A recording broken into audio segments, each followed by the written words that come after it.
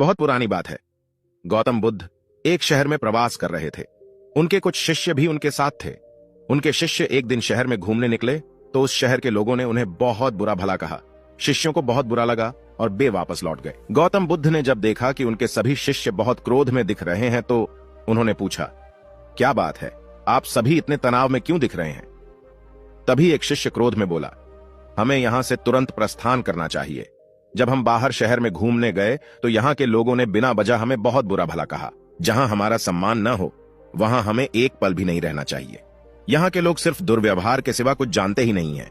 गौतम बुद्ध ने मुस्कुराकर कहा, क्या किसी और जगह पर तुम सदाव्यवहार की अपेक्षा रखते हो? दूसरा शिष्य बोला, इस शहर से तो भले लोग ही होंगे।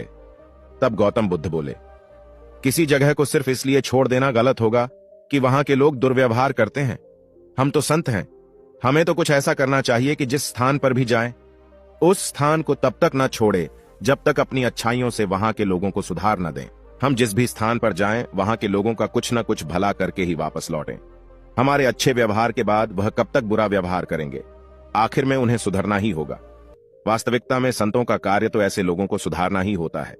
सही चुनौती वो है जब हम विपरीत परिस्थितियों में खुद को साबित कर सकें। ये सभी बातें सुनकर बुद्ध के प्रिय शिष्य आनंद ने प्रश्न किया, उत्तम व्यक्ति किसे कहते हैं?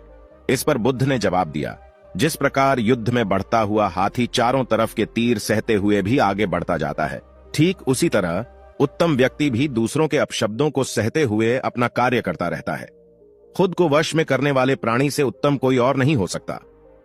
गौतम बुद्ध की बात शिष्यों को अच्छी तरह से समझ में आ गई और उन्होंने वहां से जाने का इरादा त्याग दिया। भगवान बुद्ध की इस प्रेरक कहानी को मैंने बचपन में सुना था, इसलिए आज इसे मैंने आप लोगों के साथ शेयर किया है। आशा करता हूं कि आपको यह कहानी पसंद आई होगी। गौतम बुद्ध की कहानियां की इस चैनल पर महात्मा गौतम बुद्ध से संबंधित प्रेरक और शिक्षाप्रद कहानियां हैं, जिसका सार जिंदगी को बदल सकता है।